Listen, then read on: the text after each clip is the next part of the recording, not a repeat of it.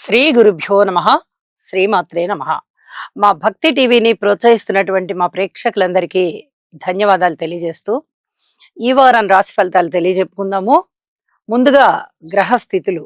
వృషభ రాశిలో గురువుగారు, మిథున రాశిలో కుజుడు, కన్య రాశిలో చంద్రకేతువులు, అలాగే శనిగారితో సహా రవి బుధులు ఇద్దరు కుంభరాశిలో, శుక్ర రాహువులు మీన రాశిలో ఇలా ఉంటూ ఉండగా 22వ తేదీ వారాంతానికి వెళ్ళేటప్పటికి చంద్రుని యొక్క గమనము మాత్రమే మారి ఉన్నది ధనస్సు రాశిలోకి.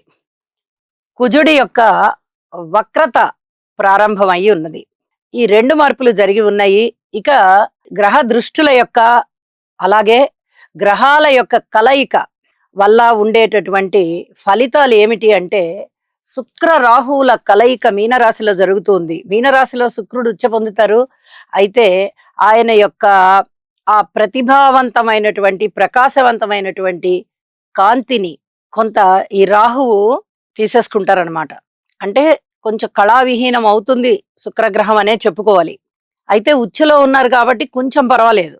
దానివల్ల ఆత్మీయతలు, అనురాగాలు, స్నేహాలు ఇట్లాంటి వాటి విషయంలో కొంచెం ద్రోహం జరిగే అవకాశం, మోసం జరిగే అవకాశం, ఏదైనా నటన జరిగే అవకాశం, కోరుకున్నంత ప్రేమ లేని విధంగా అవతల వాళ్ళు ప్రవర్తించేటటువంటి అవకాశం, అంటే అవకాశవాదం, ఇలాంటివి కనిపిస్తూ ఉంటాయి.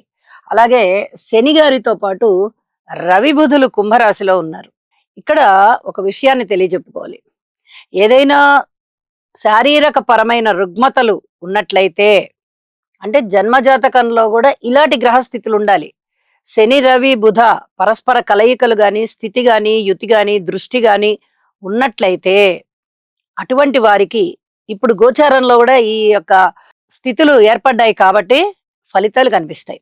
శారీరక పరమైన రుగ్మతలు గాని, ఇచ్చింగ్ ప్రాబ్లమ్స్, అలాగే ఏదైనా చర్మ వ్యాధులు, రక్తానికి సంబంధించి, చర్మానికి సంబంధించి ఉండడం గాని ఇలాంటివి ఉండే అవకాశాలు ఉన్నాయి.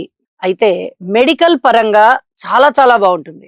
కొత్త మెడిసిన్స్ కనుక్కోవడం గాని, మెడికల్ విద్యార్థులకు గాని, మెడికల్ వృత్తి ఉద్యోగ వ్యాపార వ్యవహారాలలో ఉన్నవారికి గాని, ఆ మెడికల్ కి సంబంధించి, మందులకి సంబంధించి, ఔషధాలకు సంబంధించి ఇలాగా వాళ్ళందరికీ కూడా చాలా మంచి ఇంప్రూవ్మెంట్ కనిపిస్తుంది. ఇది చాలా చెప్పదగినటువంటి సూచన. కుజుని యొక్క వక్రత ప్రారంభమైంది వారాంతానికి వెళ్ళేటప్పటికి. కుజుడు అనగానే నిజం చెప్పాలి అంటే నైసర్గిక పాపగ్రహం. పాపగ్రహాలు వక్రించాయి అంటే కొద్దిగా జాగ్రత్తగా ఉండాలి. వాయుతత్వ రాశిలో వక్రించి ఉన్నారు. ఇది అంత పూర్తిగా చాలా మంచి చేస్తుంది అని చెప్పడానికి రాదు. క్రోధినామ సంవత్సరము, కుజుడు రాజుగా ఉన్నారు.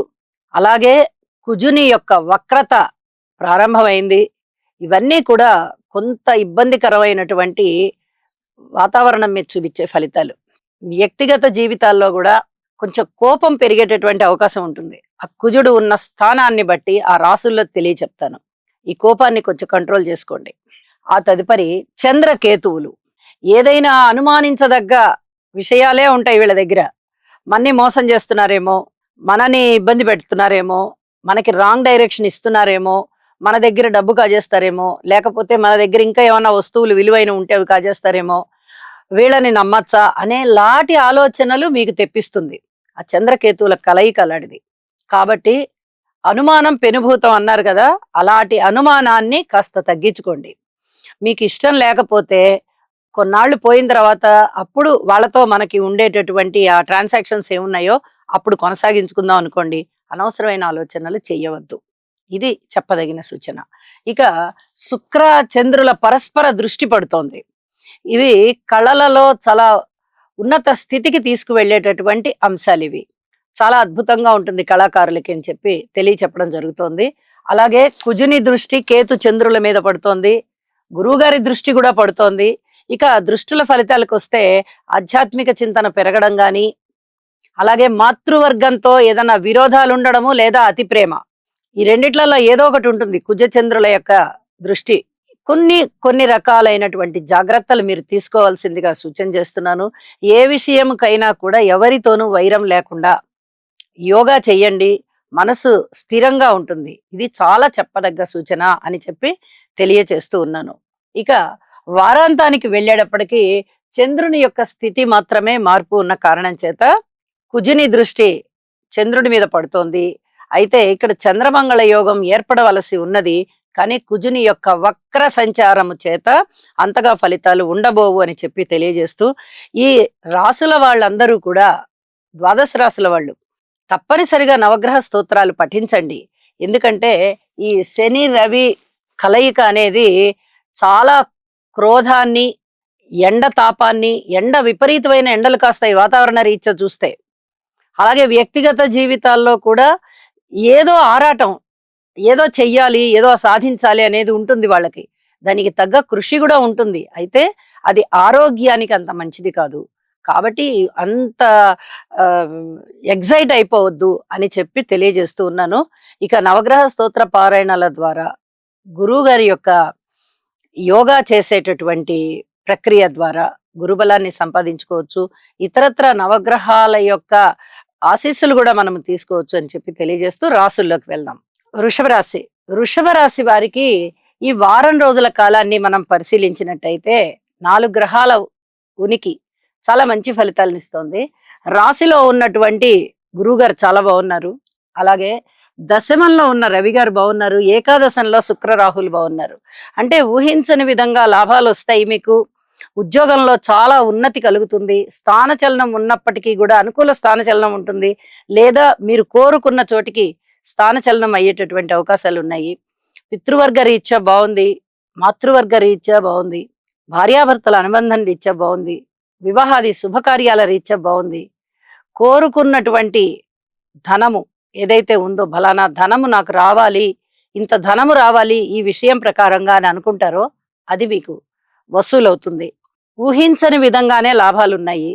అయితే మీరు కుటుంబ విషయంలో జాగ్రత్తలు తీసుకోవాలి. అన్నదమ్ముల సహాయ సహకారం విషయంలో జాగ్రత్తలు తీసుకోవాలి. సంతాన రీత్యా కూడా చిన్నపాటి ఓర్పు కలిగే ఉండాలి. ఏది కూడా బలవంతంగా సంతానం మీద నిర్ణయాలు చేయకూడదు. అలాగే ఆరోగ్య రీత్యా కూడా చిన్నపాటి జాగ్రత్తలు తీసుకుంటూ ఉండండి. ఆరోగ్యం అయితే చాలా బాగుంది. శారీరకమైన శ్రమ ఉండడం చేత గాని, మానసికమైన అలసట ఉండటం చేత గాని కొంచెం ఆ శరీరానికి అలసట, అనారోగ్యము అనిపిస్తుంది. ఇది చెప్పుకోదగ్గ అనారోగ్యం అయితే కాదు. ఇది చెప్తూ ఉన్నాను. ఇక ఉద్యోగ జీవితంలో అయితే పూర్తి ఉన్నత స్థితి, మీరు కోరుకున్నటువంటి ప్రమోషన్స్ ఏవైతే ఉన్నాయో అది మీరు సాధిస్తారు. కోరుకున్నది జరుగుతుంది. చాలా చెప్పదగ్గ సూచన ఇది. మీ మాట తీరు బాగుంటుంది. మీ నడవడిక, మీ ప్రవర్తన 10 మందికి ఉపయోగంగా చేసేటటువంటి పనుల యొక్క ఫలితాలు ఇవన్నీ కూడా చాలా చక్కగా మీకు మంచి పేరు తీసుకొస్తాయి. సన్మాన సత్కారాలకి మీరు అర్హులవుతారు. 10 మంది వచ్చి మిమ్మల్ని మెచ్చుకుంటారు. మీ ఆశీర్వచనం కావాలి అని అడుగుతారు. సమర్థవంతమైనటువంటి ప్రణాళికల్ని, పద్ధతుల్ని మీరు ఆచరిస్తారు. అవి చేసి చూపిస్తారు. ఇది ప్రతి వాళ్ళని కూడా ఆకర్షిస్తుంది. సమాజంలో పబ్లిక్ రిలేషన్స్ ఏవైతే ఉన్నాయో మీకు, వాళ్ళందరూ కూడా మిమ్మల్ని ఒక లీడర్గా తయారు చేసుకుంటారు, గుర్తిస్తారు. మీరే మా లీడర్ అని చెప్పి మిమ్మల్ని ఎన్నుకుంటారు. అలాంటి పరిస్థితులు ఉండే అవకాశం ఉంది. ఎన్నో విధాలుగా బాగుంది. కార్మికులు, కర్షకులు, నేత పని వారు, చేతి వృత్తుల వారు ఇత్యాది వారి విషయంలో సంతృప్తి కనబడుతోంది. అలాగే వారాంతంలోకి వెళ్ళేటప్పటికీ చంద్రుని యొక్క స్థితి అష్టమ స్థానంలో ఉన్న కారణం చేత ఇది అంతగా శుభకరమైనటువంటి ఫలితం కాదు. కాస్త దుఃఖం ఏర్పడేటటువంటి అవకాశం ఉంది. యోగా చేయండి, సమస్య పోతుంది. రాశిలో ఉన్నటువంటి గురువుగారు ఇచ్చే ఫలితం చాలా అద్భుతమైన ఫలితం కాబట్టి ఈ అష్టమ చంద్రుడు అంతగా మిమ్మల్ని బాధించడు అని చెప్పి తెలియజేస్తూ, అన్ని విషయాలలోనూ మాతృవర్గ రీత్యా, పితృవర్గ రీత్యా, విద్యార్థులు, స్త్రీలు, కార్మికులు, కర్షకులు, నేత పనివారు, రాజకీయ నాయకులు, వ్యాపారస్తులు, భార్యాభర్తలు, కుటుంబము, మీరు ఏ డివిజన్ అయినా తీసుకోండి. ఆ విషయాలు బాగున్నా లేదా ఇబ్బందికరంగా ఉన్నా, ఏ విధంగా ఉన్నా సరే మీరు మటుకు ఓర్పుతో ప్రవర్తించుకుంటూ వెళ్ళండి. అలాగే నవగ్రహ స్తోత్ర పారాయణాలు చేయండి. ఇంటి ఇలవేల్పుని పూజ చేయండి. మీకు చక్కటి ప్రశాంత జీవితం ఉంటుంది. గురువు గారి యొక్క అనుగ్రహం ఉంది కాబట్టి మీరు ఖచ్చితంగా ఉన్నత స్థితికి వెళ్తారు అని చెప్పి తెలియజేస్తూ ఉన్నాను. శుభం.